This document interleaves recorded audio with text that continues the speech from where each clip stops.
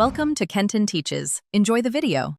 You start with Essentials. Make sure Windows is updated and you've rebooted recently. This clears transient network locks.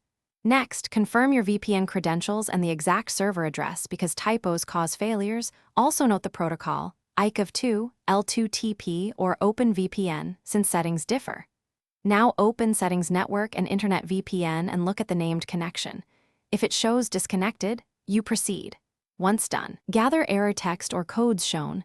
That guides the next, deeper fixes. You need to dig into configuration now. Start by opening network connections. Disable then re-enable the VPN adapter to reset the link layer.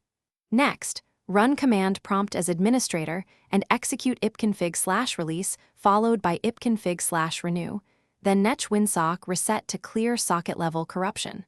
Also inspect the VPN protocol chosen and confirm matching settings on the server side. Finally, make sure Windows Defender Firewall or a third-party firewall allows to finish, reinstall the VPN client or delete and recreate the VPN profile. This clears corrupted configs. Then test connectivity using alternative DNS servers like 1.1.1.1 or 8.8.8. And temporarily disable IP6 because some VPNs mishandle it.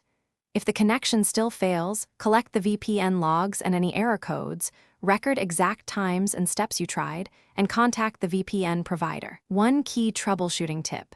Try connecting from a different network.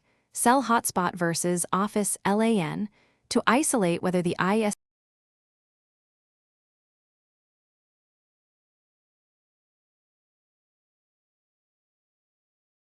Thanks for watching. Please subscribe if this video was helpful.